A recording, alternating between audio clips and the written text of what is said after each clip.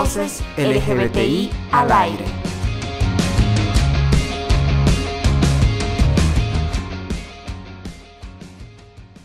Bienvenidos a Voces LGBTI al aire. En esta ocasión vamos a hablar de la reciente conmemoración del 19 de febrero, Día Internacional contra la Homofobia en el Deporte. Es así que en esta ocasión invitamos al deportista y activista Fernando Covarrubias. Fernando es un deportista a nivel nacional desde los 12 años. Inició su carrera con la gimnasia olímpica. Posteriormente se dedicó al atletismo, en el cual fue el hombre más rápido de Bolivia por 5 años consecutivos y multicampeón en varias pruebas. Desde los 31 años hasta la fecha se dedica al fisiculturismo, en el que también fue Míster Bolivia, y esto lo llevó a participar en eventos sudamericanos. Bienvenido, Fernando. Para comenzar, nos gustaría que nos pongas en contexto de por qué se recuerda este día. El 19 de febrero se recuerda el Día de Lucha contra la Homofobia en el Deporte por el nacimiento de Justin Fashanu. Él era un futbolista que se atrevió a dar el paso a reconocer públicamente en 1990 que era homosexual. Desde ese momento tuvo que soportar una dura presión pública y, culminando con el suicidio el 2 de mayo del 98. El caso Fashanu obviamente nos invita nuevamente a repensar los valores y las prácticas que imperan en varios deportes en este momento, donde las disidencias sexuales son condenadas mediante un abanico de castigos que abarcan la estigmatización, la burla, la segregación, la exclusión y la violencia física también.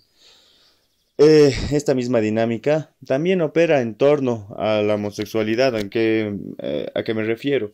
O sea que si tú no condenas, si no estás con el grupo que condena esta discriminación, entonces estás en contra y también eres parte de la burla, de la segregación, la exclusión y de la violencia física.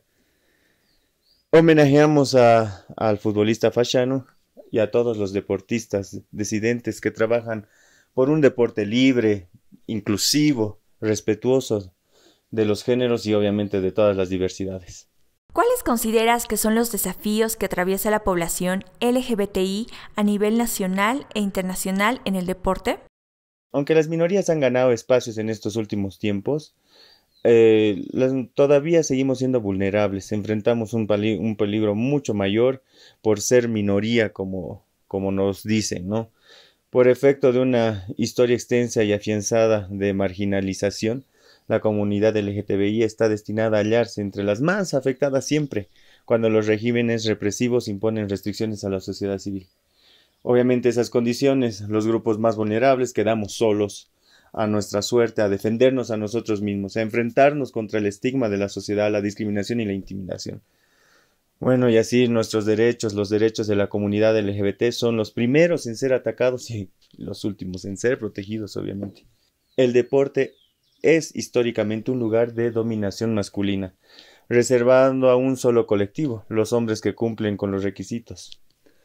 A pesar del cambio social experimentado en las últimas épocas, en las últimas décadas, el deporte sigue siendo uno de los pilares más acentuados de la dominación androcéntrica, con gran hostilidad a la presencia de hombres gays y lesbianas en espacios públicos y obviamente de sus prácticas. El desafío principal, creo yo, que es visibilizar en estos espacios. Para eso tenemos una ley que nos dice que todos somos iguales, ¿no? ¿Cuáles han sido los avances normativos a nivel nacional e internacional para la inclusión de esta población en el deporte? La pionera siempre ha sido Europa. Pese a todo el cambio social vivido en estos tiempos, algunos países son más aperturistas y respetuosos en las últimas décadas a la diversidad sexual. Cambios positivos y se respeta más en las últimas décadas la diversidad sexual. Hemos visto que desde 1996 se viene hablando del tema, ¿no? Se viene luchando porque haya mejores leyes para que puedan ser amparados todos los deportistas. Entre ellos hubo un programa que se llamó Itzakeatin, donde fue un programa educativo encaminado a la eliminación de la homofobia en el deporte, enfocado no solo a los deportistas, también a los entrenadores, familiares y gestores deportivos.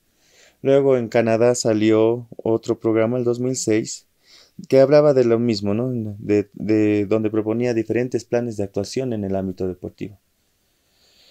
También se vio que el Consejo Europeo en 2001 aprobara el documento Sport and Fair Play Tolerance, que incluye el reconocimiento de la lucha contra la discriminación por razón de la orientación sexual en el deporte. Posteriormente, en 2003, el nuevo Consejo de Europa aprobaría la declaración de 1.635 lesbianas y gays que inciden en la necesidad de crear un deporte abierto a todas las personas y libre de barreras y discriminación, obviamente. Por su parte, los organismos de seguridad y cooperación en la Europa, el 2004, toma la decisión número 621 sobre la tolerancia y lucha contra el racismo, la xenofobia y la discriminación, haciendo especial mención a la necesidad de programas educativos que fomente. Bueno, aún así en Bolivia tenemos el avance normativo en nuestro país fue indudable, con la ley 045, donde establece que todos somos iguales ante la ley, y con el artículo 5 de la Ley del Deporte, fundamentos y principios bajo los siguientes principios de universalidad, donde dice que todas las personas sin distinción de ningún tipo tienen derecho a la práctica y actividad a la cultura física y el deporte en todos sus niveles. Aún así creo que debemos visibilizar y dar más ímpetu a todos los deportistas para que estos se sientan protegidos y se les reconozca como iguales. Sin embargo, bueno, hay que decirlo también, las circunstancias sociales, religiosas y culturales impiden el reconocimiento, la aceptación a esta realidad. De hecho, hoy en día sigue habiendo gran número de países y sociedades que persiguen, castigan a las personas que hacen pública su orientación sexual no heteronormativa. ¿En los deportes que practicaste sufriste algún tipo de discriminación por tu orientación sexual o fuiste testigo de algún caso? ¿Podrías compartirlo con nosotros? Sí, he sufrido de discriminación justo cuando estaba en la cúspide de mi deporte. Por salir en las gigantografías donde se hablaba de 1 de cada 10 hombres es gay.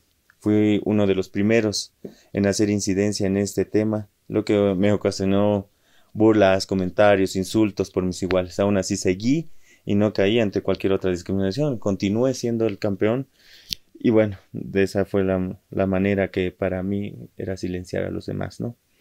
No presencié ninguna otra discriminación, puesto que los deportistas que conozco no prefirieron salir del closet por agresiones que podrían sufrir en su entorno. Conozco muchos de los cuales prefirieron vivir en el silencio antes que su entorno los cuestionara por sus acciones. Respetable de igual manera, porque cada quien elige su propio camino. Para concluir, Fernando, ¿qué mensaje darías a los deportistas de la población LGBTI que aún no han salido del closet y a los que continúan luchando contra la homofobia en el ámbito del deporte? Lo principal, ¿no? ¿Por qué estamos haciendo el deporte? Continuemos viviendo nuestros sueños, que no nos dejen que otros incidan en nuestras decisiones. Al final los logros son de uno mismo, ya que el apoyo del gobierno es casi nulo. No hay, tú practicas lo que a ti te gusta. Sigues viviendo, sigues participando, continúa siendo el mejor. Gracias por acompañarnos, Fernando, y compartir tus experiencias con nosotros. Esto fue Voces LGBTI al aire. Hasta la próxima.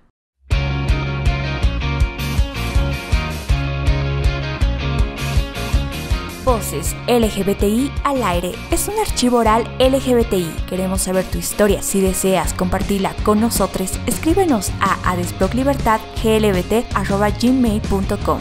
Nuestras historias importan.